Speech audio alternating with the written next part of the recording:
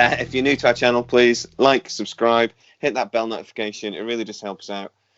5G actually causing corona. So one of the arguments is that it's either, again, a weapon. And they talk a lot about this active denial system that was built by Raytheon. Yeah. Raytheon's a good company. Raytheon makes good things. Don't they just? Yes, one of the military if you want a drone contractors. Yeah. Also, if you go back and watch our 9/11 video, we mentioned Raytheon a lot when we talk about following the money and companies that did very well out of the 9/11 attack. But they got this active denial system, right, that basically uses microwave energy pointed at a crowd. You feel like you're on fire, and it breaks the crowd up. But they believe it doesn't have any long-term effects. Right? Do you know how many? A lot of people are talking about this system as a weapon and comparing it to 5G, but I want to know, why are our government spending so much money and so much effort developing weapon systems like this in the first place?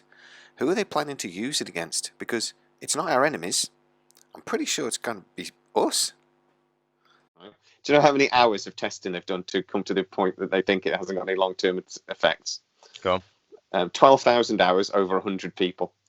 I would still argue that's not a lot, really. No. Not huge testing numbers, no, but to prove it hasn't got long-term effects. I'm not sure about that. But this thing works in around the 90 gigahertz bandwidth. Yeah. But it also works in the kilowatt range, so it's a really powerful weapon. The 5G works in the milliwatt range and goes from about less than 2 gig to about 60 gig area. My point is they keep talking, people that are arguing 5G and corona are related, keep talking about this active denial system. But at the end of the day, the active denial system, which is far more powerful, doesn't do what they say 5G does. And one of the things they say that 5G either ionizes oxygen in our lungs, stops us, or affects our lungs in a way that stops us being able to absorb oxygen.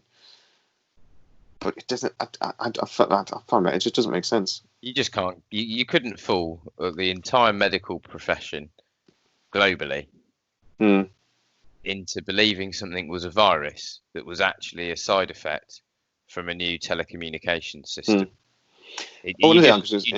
There's a massive difference because a clinician, a medical professional, can tell whether something is a viral infection or whether you have got, damage to your lungs from unknown cause, with no viral infection linked to it at all. That's created the perhaps the pneumonia that's damaging us. It's nonsense. Yeah. Well, one of the arguments is to say that radiation poisoning has very similar symptoms to this. But lots of things have similar symptoms. That's why we have doctors that have to go to school for like 8 years to be able to go to go beyond that and to go into finer detail. And radiation poisoning has some pretty severe symptoms. You don't just get a cough. Yeah, you also see DNA breakdown and things. So your DNA is decomposing on a cellular level through what's the phrase? Through exposure to intense radiation. You'll literally start seeing your hair falling out, your nails falling off, your skin becoming horrible. You almost, I really don't think the symptoms are similar between coronavirus and radiation poisoning. Yeah, they are very similar. They are very different. I mean, there is. The reason I talk about that, though, really, is that I think, again, this corona and 5G is a distraction. And we've seen it on the news. People actually talking about this. It's not a thing. Stop worrying about it. But then the large section of the population don't believe anything to do with it and consider it to be quite silly. The problem is then when you start talking about the real truth, people aren't listening. Because they're like, oh yeah, this would be like the 5G thing. It's a distractor to stop looking for the actual truth. Yeah, exactly. Yeah. So it's a good tactic for the people involved in the technology behind 5G, because it will mean that people, now we've had this fake story about it linked to coronavirus, will probably not look into the real health implications behind, which are potentially constant massive exposure to low power radiation from our mobile phone. I mean, I've seen one study that said what they did was they aimed a 5G signal at 60 gigahertz at an eyeball, and they did that. And when the experiment was over, they said they saw no heating, no DNA degeneration, so it's considered safe. But they only did that for 24 hours. We're going to have to live with 5G for 7 days a week forever, and Now, there is a strange natural phenomenon that does happen around the 60 gigahertz range. Oxygen begins to absorb the EM energy.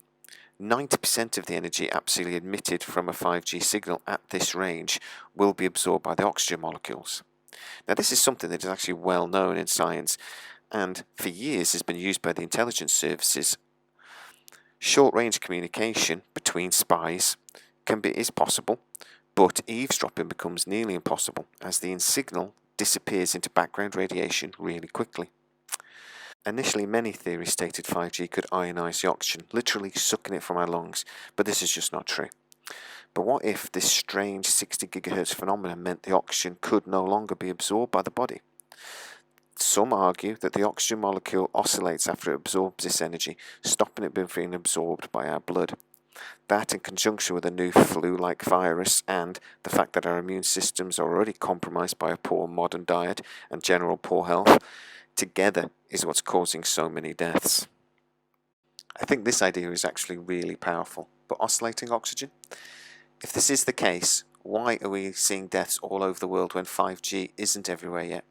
Also, the physics really doesn't add up. Oscillating of the oxygen molecule would be brief. An excited oxygen molecule can't store energy, and as soon as it's absorbed by the body, removing it from the source of the energy, it would stop and return to its normal state, being able to be absorbed by the body as normal. Again, I'd argue that there is a possible risk to 5G and all wireless technology, but it's not maybe the one David Ike and others are talking about. I mean, engineers love 5G because it requires less power at the antenna, and you can have lots of little things. And the phone companies love it because our bit rate's going to go through the roof, and we're not going to have the infrastructure of the wires through under the pavements anymore and things like this. Smart cars become possible, and so brilliant. But nobody's done the medical. Nobody's actually looked into.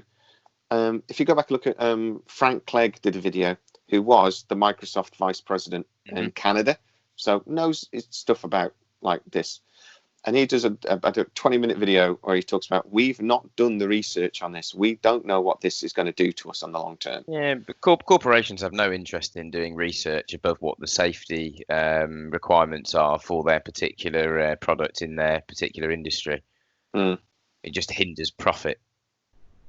Yeah, that's an easy way of putting it. It does hinder profit. But the people that are making the decisions... Yeah. There's no interest. It's all down to the board that perhaps that the government assigns to look into the safety concerns. And what you'll probably tend to find with big business, as you often do, is that the people that are on the board making the decisions about the safety of it also have a vested interest in the product itself from the company that's producing it. So obviously they go, all green, let's go. Yeah, it works. That's what they're interested in. The people that are actually in charge of this aren't medical professionals. They're engineers. They're scientists. So this sort of thing. They're not people that actually are going to consider our long-term health. Not that there's been any research to find out whether there is a damage to our long-term health anyway. And this isn't just 5G, by the way. This is all wireless technology. Well, yeah, of course. Also, if you're an engineer that's created a product, you have no real interest in the safety of it or finding the safety of it to be very poor, because then the product that you've created is of no real use. Well, so again, exactly. If you're a scientist testing the safety on your own invention, then again, there's no real interest in safety because you. But unless some you're of the incredibly research, moral. Yeah, but some of the research that is being done is actually quite scary. There's a Dr. Jarl Stein who's looking at how the EM at these sort of frequencies potentially affect human beings, and they're saying that it doesn't, and they're higher giga wavelength, it doesn't penetrate our skin. It's got really crap penetration. That sounds pervy. Right. Right. But it's got high data. Gigahertz is a frequency. The wavelength of something is 1 over the frequency. Yeah, so it's the wavelength. That's the problem. So the wavelength, when you got the higher wavelength, it's got rubbish penetration, but you've got better information load. So that's when we're going to get our 100 gig per second download speeds. Is this higher wavelength? But that doesn't penetrate very well. So it's not going to go through our walls and things very well. And it doesn't penetrate the skin.